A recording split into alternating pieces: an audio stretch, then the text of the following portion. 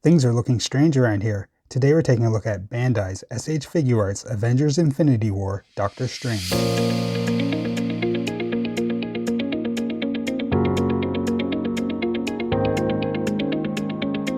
Welcome back. Now before we take a look at Doctor Strange here, my question for you is, how excited are you for Doctor Strange and the Multiverse of Madness? For me, it's my most anticipated Marvel film coming out this year. I'm really looking forward to Thor Love and Thunder, but Doctor Strange just looks so good. So kind of a interesting style design for the box here. You do get a little bit of a look at the figure there, but it really doesn't showcase him very much. You get a kind of write up here about what SH Figuarts is. Not sure why it needs to be on the window there and not just down there, but anyway, nothing too interesting on the side. On the back, you do get a good look at the figure. Some pretty cool poses there and the accessories. So let's get him out and see how he looks. So to measure Doctor Strange up, you see that he stands right at 6 inches tall, or about 15 centimeters. And I don't have any other SH Figuart figures to compare him to, so here he is next to some other MCU Marvel Legends figures, characters that he interacted with in Infinity War, and we will be doing a closer comparison between the Marvel Legends and the Figuarts one later on. But as you can see, the Bandai ones are quite a bit shorter. They don't scale well with Marvel Legends at all. He's about the size of Spider-Man when he should be quite a bit taller. Should be taller than Iron Man here.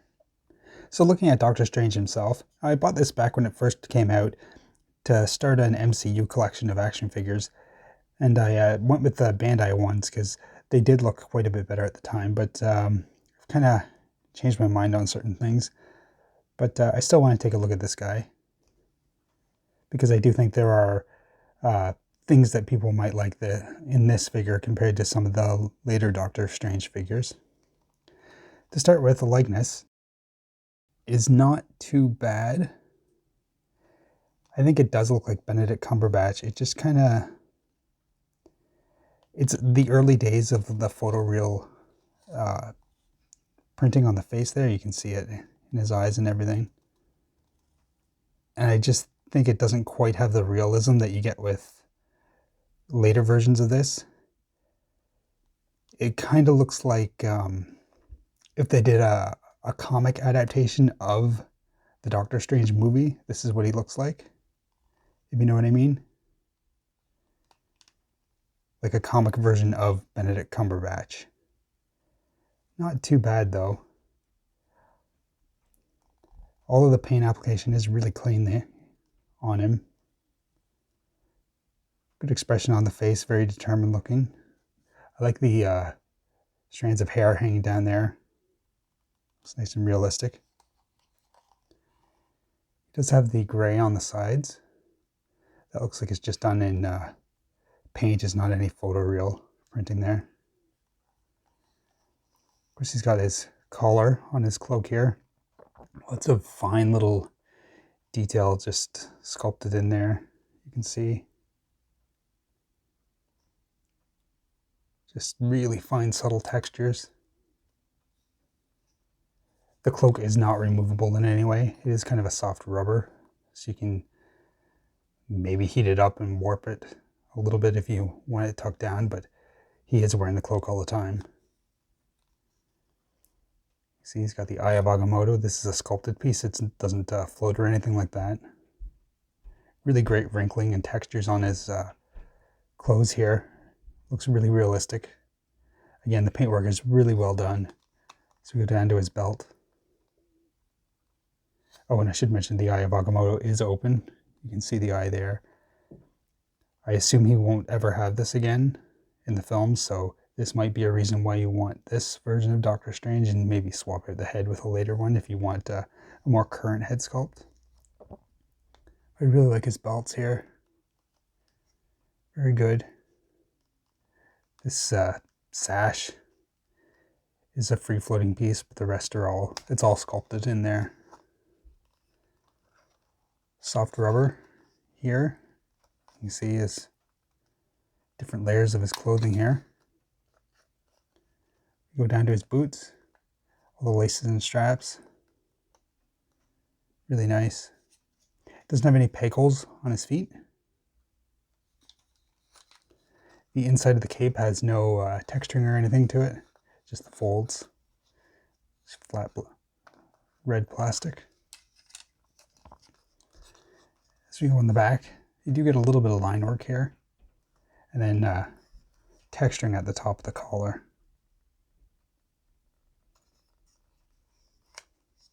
The cape is articulated, so you can kind of spread it out different ways. Of course, you wouldn't want to display it really like that. It looks awkward. So you kind of want it, you can kind of angle it out, but you got to kind of keep it together. It is a little unfortunate that the cape isn't removable, or that they didn't come with a cloth cape to have switch out with this. I do think it looks like when you join it together, it does look clean. It does look like one nice solid piece, so that is good. It's not all broken up unless you, of course, paint it, pose it that way. Turn to the Marvel Legends version. I actually decided to go with Marvel Legends instead of the Bandai ones for a couple of reasons. For one, Bandai doesn't always make all the characters that you'd want, where Marvel Legends is pretty good about getting to everybody. It might take some time for the side characters, but they do get around to them. There's also the price difference. At least back when these figures came out, the Bandai ones were quite a bit more expensive, almost double the price of Marvel Legends, and I don't think the quality is quite there to justify that. Now with Marvel Legends going up, I do think the Bandai ones are a little bit better value for money. This is the Doctor Strange from the 3-pack with Thanos and Iron Man. As you can see, the head sculpts are not at all similar. And I think both have their positives and negatives. I think this looks a bit more like Benedict Cumberbatch, but this looks more like a realistic human. As you can see, his cloak here does have the sculpting in that, but it's softer because this is a rubber, where that's a hard plastic. The paintwork is not as good. You can see that the Marvel Legends is missing paint from compared to the Bandai one. I assume the Bandai one is more accurate since it came out later, but I'm not exactly sure about that. On this, the Eye of Agamotto is a floating piece, but you can see it isn't actually open. As you move down, you can see the belts. Big difference in the paint job. Like the Bandai is way better in terms of paint. Same with the boots. Again, the Bandai has way more paint on it.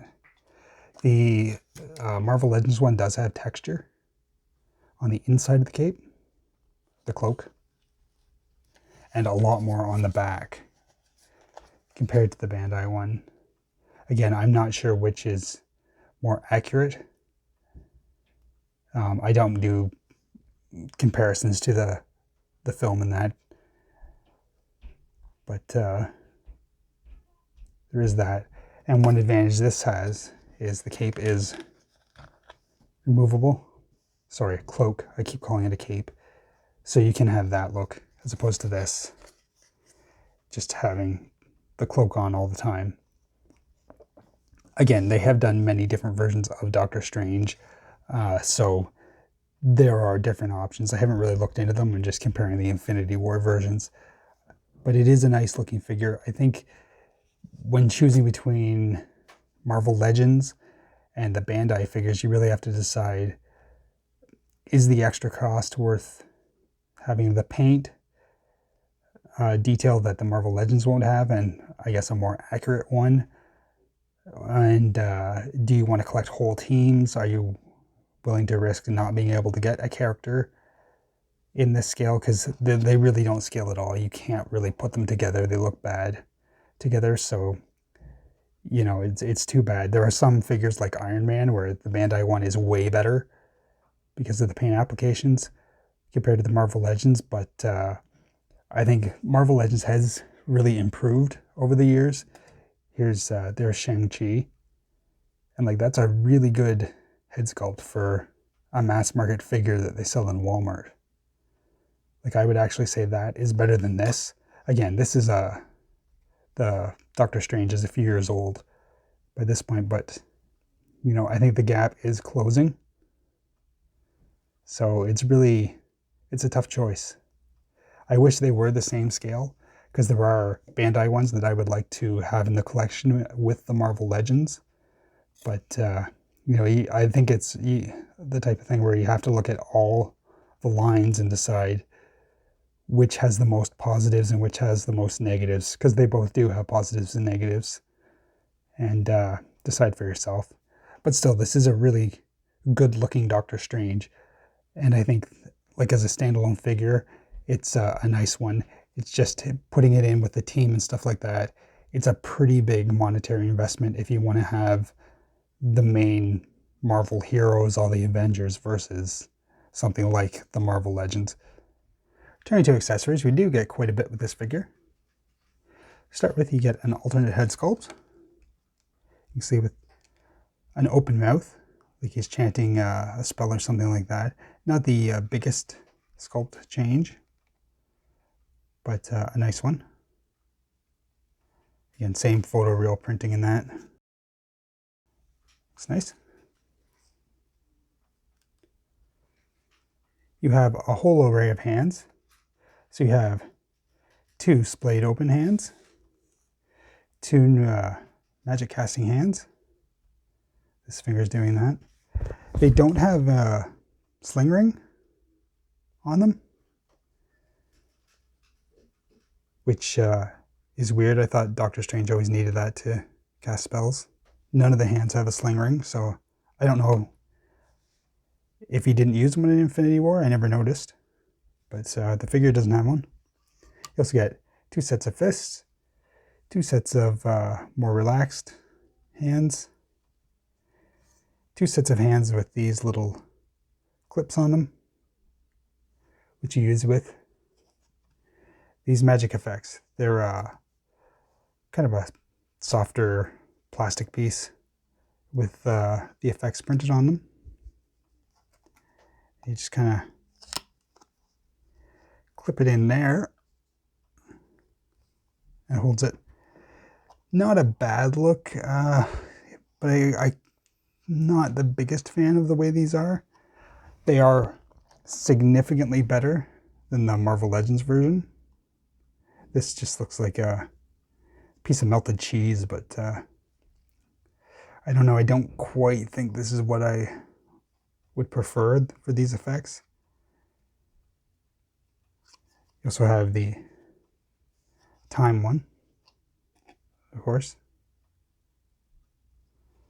On the Marvel Legends version, he had it going up his hand here, but these are not removable at all. He's always stuck with this on. You also get these 2 clips here, which you use for this great big portal effect. It'll kind of hold it up. I'm not actually going to take this out of the package because I'm actually selling this figure tomorrow, so keep it in there for the buyer. But that's a pretty cool piece there. It's too bad there wasn't a picture or something to put in the background to make it look like there's, you know, Titan or something behind the portal here. But I suppose you could always print something off and shape it to the ring on the portal here, so it does have that effect. Turning to articulation, he does have a ball peg at the base of his skull here, which does allow him to look up a little bit. He does hit the back of his collar here, so that does hinder it. Look down. And there is a ball peg at the base of the neck as well, which allows him pretty good downwards movement. Go side to side, of course, can turn with the collar hitting. The arm can raise like that. There is the butterfly joint here, which does allow it to go in and out. Really nice. The cloak does hinder it a bit. You can go up around like that, down like that. You do have a single bend elbow, but a pretty good range of movement there. The hands are on a ball peg, So you get a good range movement there. For the ab crunch, really good go backwards movement and good forwards. There is, of course, wobble back and forth, and he can rotate. There is rotation at the bottom of his belt here. So you can do some good poses there. The legs spread really good amount. This skirt piece getting out of the way. You can kick back an okay bit. Kicks forward pretty well. Again, his costume does kind of hinder some of that, but is the way it is. You have a pretty good double bend knee. You can get him in a flying pose if you have a stand or something like that to do that, which would have been a nice inclusion, but unfortunately not. The foot does go up and down. There is toe articulation. It does rotate to the side, and there is just a tiny little bit of a rocker. I'm not sure if it's supposed to. Yeah, it is supposed to. Just a little bit. And as mentioned, the cape or the cloak is in 3 pieces and is articulated as well. So you can get him in some decent dynamic poses. I think Doctor Strange is mostly just going to be kind of standing there or hovering, or a lot of his movement is in his arms and that. So you should be able to get some poses there. The cloak does hinder a lot of it. Same with the skirt piece, but that's the way the character was designed, so there's not much the Bandai could do about that. So while I do like this figure, it ultimately came down to the availability of all the other characters in the Marvel Legends line and the price that caused me to switch to Marvel Legends as opposed to the Bandai figures. That being said, I do think the Bandai figures are really nice, and some of them blow the Marvel Legends out of the water. No question about it. For Doctor Strange, I think both have positives and minuses, and I know both companies have significantly improved over their Infinity War versions, but I thought it's still worthwhile taking a look at this version of Doctor Strange, since there are things like the Eye of Agamotto that people might be interested in displaying their Doctor Strange with. It would be interesting to see if the improved head sculpts from the Multiverse of Madness figures can fit on this figure and really improve this, because I do think the body and everything, it looks really good, all the paintwork. But I'm curious, do you collect the Bandai ones or the Marvel Legends? Do you mix and match? Let me know. I have reviewed many figures on my channel. I have many more to come, so be sure to subscribe if you want to see those.